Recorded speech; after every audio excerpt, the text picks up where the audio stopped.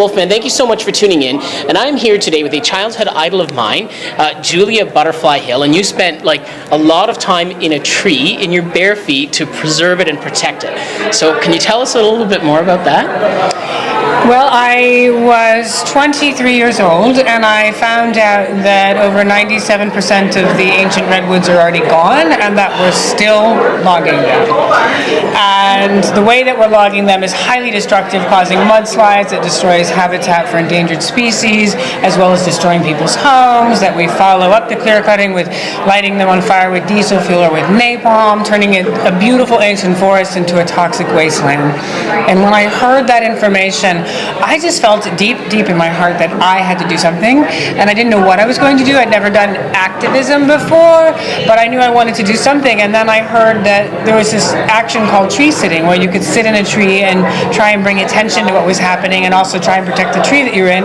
And I grew up with two brothers and no sister. I was very poor, traveling around the country, so I spent a lot of time in nature and playing in trees. So when I heard I could live in a tree to help, I was like, I know how to do that. Sign me up. And that's how I got involved. Wow, so you're here in Toronto, Ontario, and you're here to do a talk this evening just about that. So what can we expect to hear in your talk? Well, I never write speeches. I really speak from my heart and whatever comes alive in the moment.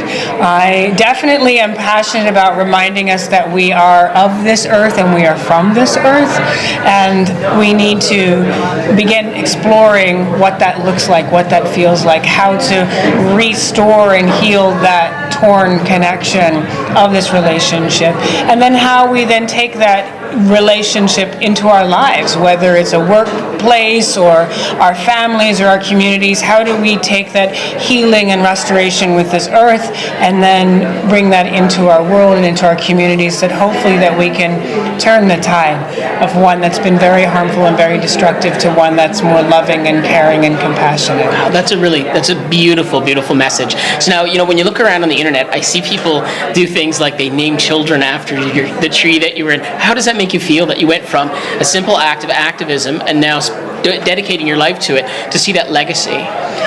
Well, some of it's a little weird, just because I'm an introvert, and people don't know that because they know me as a public person, but I'm like, I lived in a tree by myself for 2 years. An extrovert might have lasted 2 months, maybe.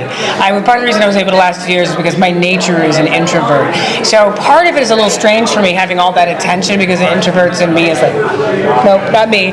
But what I love about it is that I think that our human family is hungry for stories that really share our authentic selves instead of the surface. What do you wear? What kind of car do you drive? Where do you live? But so much of our society, and industrialized society, is based on what's on the surface, and our souls long for depth. Our souls long for roots. And I think that what's really igniting in people is seeing a mirror of themselves, of what they care about, what's important to them. And in that space, I'm deeply honored that I've gotten to be a part of that. Wow, so if people want to learn more about you, where can they go? Do you have a website? www.juliabutterfly.com. Awesome. All right, I'm going to put that right there. You can go on the website. Thank you very much for watching this video. I'm Wolfman with Julia Butterfly Hill. Thank you. Thank you.